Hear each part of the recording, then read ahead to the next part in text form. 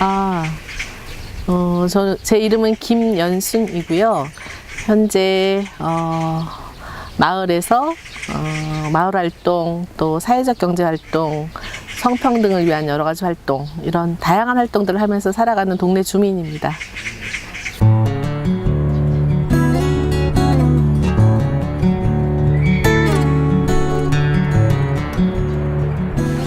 마을. 그냥 쉽게 동네라고 얘기 많이 하잖아요. 그런데 그 동네에서 이거 동자라는 게 옛날에는 한 우물을 같이 먹는 그런 단위를 말을 했대요. 그래서 마을 하면은 그래도 서로 동네 사람들이 서로의 이야기나 기억 이런 것들이 공유되는 그런 단위의 공간을 마을이라고 생각합니다.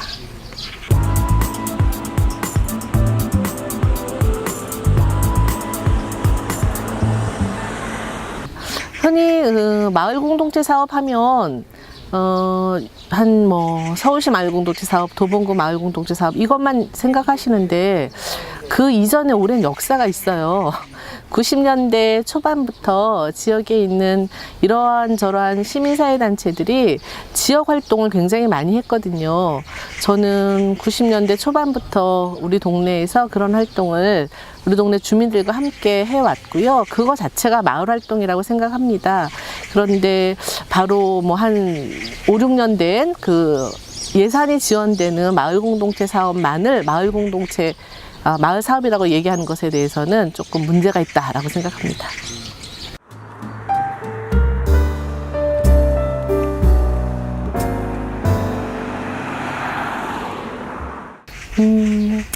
네, 마을 공동체 사업으로 굉장히 많은 주민들이 그 사업에 참여를 하고는 있지만, 그래도 아직도 여전히 더 많은 사람들이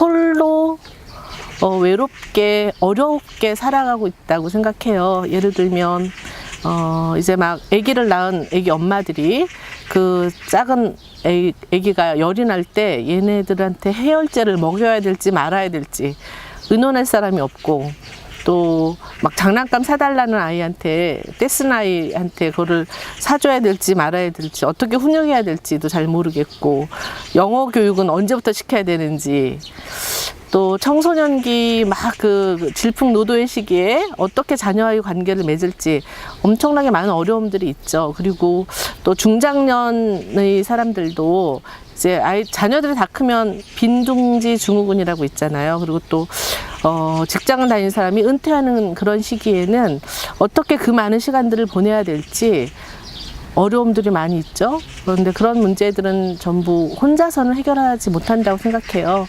그럴 때 이웃과 함께 생각도 맞대고 마음도 모아서 뭔가 좀 행복하게 살아갈 수 있는, 그다음에 우리 동네 문제들을 함께 해결해 갈 수 있는 그런 사업들이 바로 마을 사업이라고 생각하고, 그런 의미에서 필요하다고 생각합니다.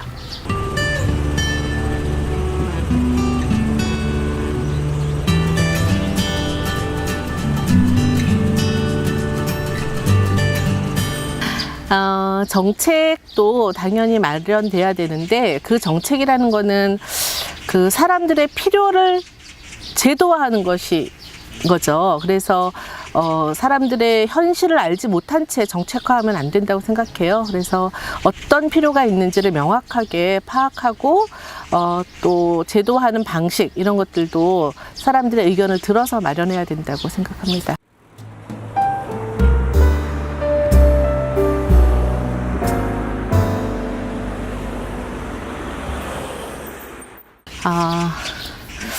마을 사업에 여성들의 참여가 굉장히 많아요. 그 이전에 마을 사업에 참여하지 않았을 때는 그냥 각각 개별적으로 존재하잖아요. 누구누구의 엄마, 누구누구의 아내로서만 존재하다가 동네의 필요를 찾아내고 그거를 기획서라는 사업 계획서도 써보고, 또 그 사업을 실행하기 위해서는 사람들의 의견도 들어보고, 또 서로 다른 의견들을 조정해서 합의를 끌어내고, 이 모든 과정을 통해서 여성의 성장을 만들어갈 수 있다고 생각해요. 즉 이 마을 활동이 바로 여성들의 인파워먼트에 기여한다고 생각합니다. 굉장히 좋은 도구라고 생각을 하는데요.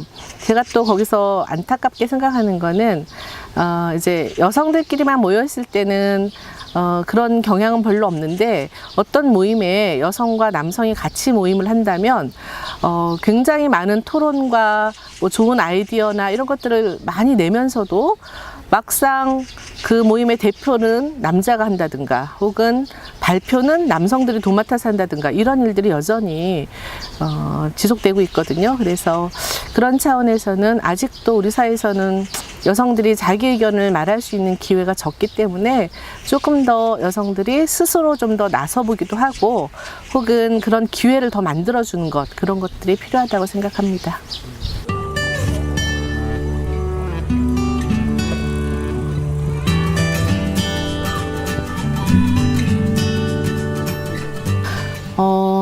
각기 다 살아온 경험이나 가치관들이 다르기 때문에 일을 하다 보면 갈등이 생기는 건 당연한 일이죠. 그런데 많은 사람들이 갈등을 회피하거나 혹은 그 일로 인해서 서로 보지 않는, 반목하게 되는 그런 경우들이 종종 생기게 되는데요. 제 생각에는 뭐 갈등을 자연스러운 일로 여기고 그 갈등을 어떻게 잘 관리하느냐, 조정하느냐, 이런 것들을 좀 익힐 수 있는 기회가 있으면 좋을 것 같습니다. 뭐 의사소통 훈련을 통해서라도 또 그 민주적인 회의 진행법 이런 것들을 익히는 과정을 통해서 갈등을 잘 관리할 수 있는 그런 기회가 된다고 생각해요.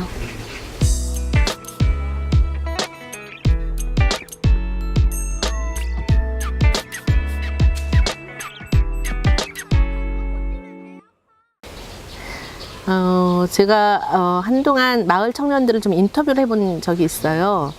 마을 사업을 하면서 이어지지 않는 이유가 무엇이라고 생각하는가, 이런 이야기를 좀 이야기 나눴는데 굉장히 좋은 뜻으로 동네를 위해서 좋은 뜻을 가지고 마을 사업을 시작을 했는데 그 구성원들이 다 이제 뭐 복학을 해야 된다거나 아니면 취업을 앞두고 있어서 그 문제에 집중을 해야 되는 상황이 벌어지거나 또 남학생 같은 경우는 군대를 가야 되는 그런 상황도 벌어지더라고요. 그러니까 뭔가 그 마을 공동체 사업에 의미를 두고 있다고 해도 지속할 수 없는 상황들이 계속 생기는 거예요. 그리고 무엇보다도 먹고 사는 문제가 마을에서 해결되지 않으면 청년들이 동네에서 활동하기는 어렵다고 생각해요. 어떻게 하면 청년들이 먹고 사는 문제를 마을 사업을 통해서 해결할 수 있을까, 이런 것들이 좀 자꾸 자극이 되고 기회가 주어져야 된다고 생각합니다.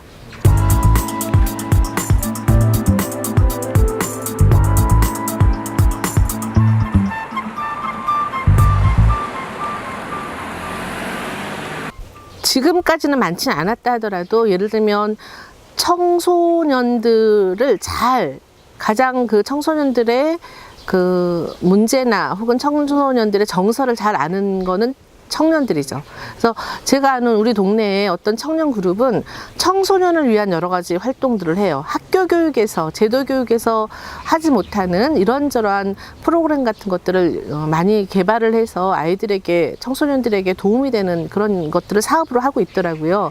이제 그런 사업이 이제 시작을 해서 아직은 뿌리를 내리진 않았지만 그런 사업들이 좀 정착이 되고 또 그런 사례들이 많이 알려지고 그런다면 청년들도 마을에 조금 더 관심을 갖고 활동하지 않을까, 이렇게 생각합니다.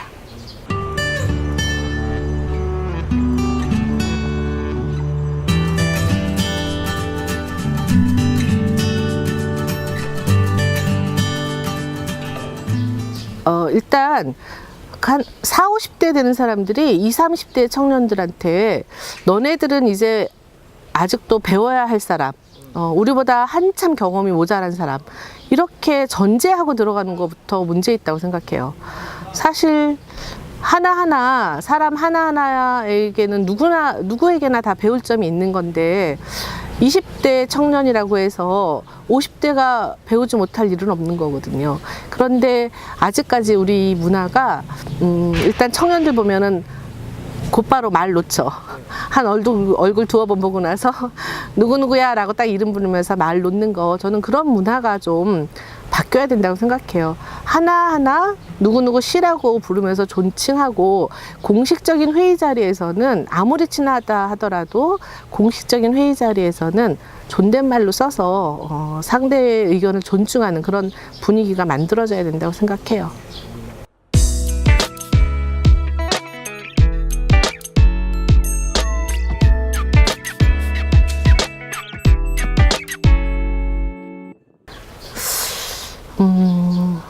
뭐 이제 실험하는 단계인데요. 요즘 협동조합이 좀 주목을 받고 있는 이유가 다 아시다시피 우리 사회가 뭐 1대 99의 사회, 양극화 사회, 또 불평등 사회, 이게 점점 더 심화되고 있잖아요. 그거는 이제 가진 사람들이 계속 더 부자가 될 수 있는 그런 상황인데, 그것을 조금 벗어나는 것이 바로 이런 사회적 경제 영역, 협동조합의 영역이거든요. 협동조합은 주인이 따로 있는 것이 아니라 그것을 구성하는 조합원들이 주인이고 민주적으로 운영하는 것이 핵심입니다. 그래서 그 마을의 필요를 협동을 통해서 사업화하는 것, 이것이 바로 협동조합이거든요. 그래서 그 이전에는 이제 많은 자원활동이라든가 비영리 민간단체 활동들도 굉장히 의미가 있는데, 좀 더 지속 가능한 이 협동조합을 통해서 먹고 살 수 있는 길을 해결할 수 있다라고 생각하는 사람들이 협동조합에 몸을 담는 그런 경향들이 많이 일어나고 있죠. 근데 이제 시작한 지 얼마 안 됐기 때문에 아직 협동조합이 잘 모르는 사람들이 많아서, 이제 수많은 협동조합에는 뭐 협동은 없고 막 사업만 있고 이런 경우들도 있어요. 그러나 이제 뭐 차근차근 잘 협동조합의 가치라든가 비전이라든가 이런 것들을 좀 익혀서 그런 협동적인 문화가 만들어지는 그런 마을이 되었으면 좋겠다고 생각해요.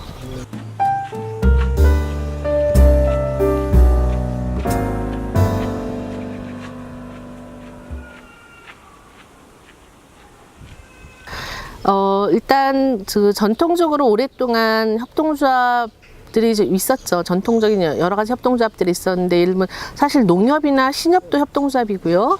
또 안전한 먹거리를 취급하는 생활협동조합도 협동조합입니다.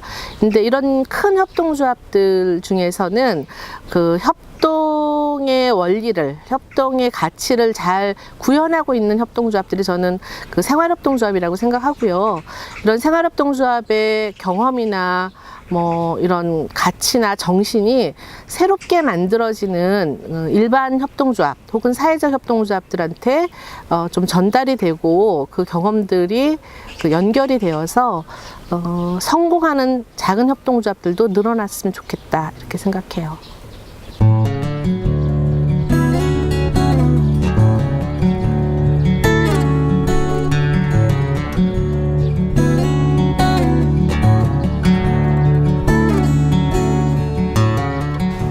그 이전과 달라진 게 동네에서 서로 인사 나누고 웃는 사람들이 늘어났다는 거. 이런저런 다양한 마을 사업들이 있었기 때문에 서로를 알 수 있는 기회들이 많이 생긴 것 같아요. 그래서 길 다니면서도 어떤 모임에서도 아는 사람들, 인사하는 사람들, 이런 게 늘어나는 게 가장 또 겉으로 보이는 달라진 점이고요. 두 번째는 주민들이 모일 수 있는 공간이 늘어났다는 것. 네. 여러 뭐 마을 카페라든가 뭐 커뮤니티 공간이라든가 이런 걸 통해서 공공의 공간인데 주민들이 이용할 수 있는 것, 이런 것들이 많이 늘어나는 것, 그런 것이 달라진 점이라고 생각하고요. 무엇보다 뭐 다는 아니지만 몇 군데 주민자치센터는 마을 주민들이 접수했다고 해도 과언이 아닐 정도로 주민들이 버글버글한 것, 이런 점이 제일 달라진 점이라고 생각해요.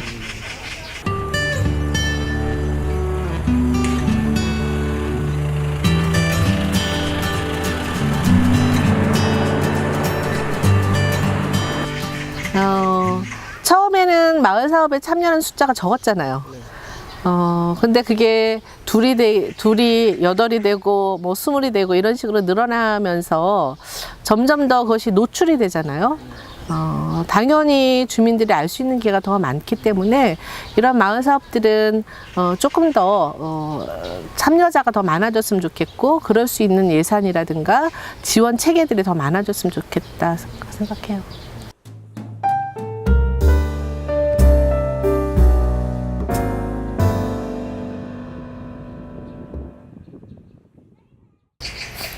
제가 앞부분에 말씀드린 거랑 좀 연결이 되는데, 각자 자기 사업만 집중하지 않고 또 다른 의제들에 관심을 갖고 서로 연결되는 그런 점들이 필요하다고 생각해요. 마을 사업의 궁극적인 목표가 무엇인지, 또 어떤 비전을 가지고 있는지, 이런 것들을 마을 사업 정책 전문가 혹은 연구자들만 아는 것이 아니라 현장에서 마을 사업을 담당하는 그 주민 모임의 대표라든가 아니면은 실제 그 사업에 참여하고 있는 주민 모두에게 공유가 돼야 될 것 같아요.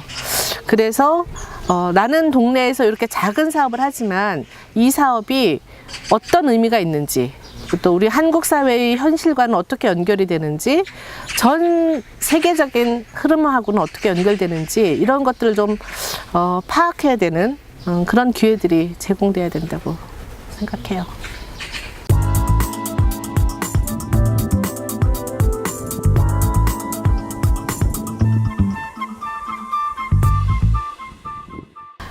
생태지향적이고 지속가능하고 성평등한 마을, 그리고 그 마을에서 먹고 살 수 있는 길이 해결되는 그런 마을을 바랍니다. 땡. 아니, 생태지향적인 건 어떤 거예요? 그러니까 아까 그 일회용품 남발하고 뭐 이런 거 있잖아요. 그러니까 마을 사업하는데 정말 너무 마음 아픈 게 전부 다 무슨 막 그냥 일회용 컵, 일회용 접시, 뭐 은박지 뭐 이런 것들을, 그러니까 뭐 어쩔 수 없을 때 쓰는 거랑 그냥 아무 생각 없이 계속 다 쓰는 거, 그런 것이 전 너무 안타까운 거예요. 마을 공동체를 지향한다면서 계속 이런 지구 환경을 오염시키고 뭐 500년 동안 썩지도 않는 이런 것들을 계속 양산하는 것이 과연 공동체를 지향하는 일인가, 그런 게 걸린다는 거죠.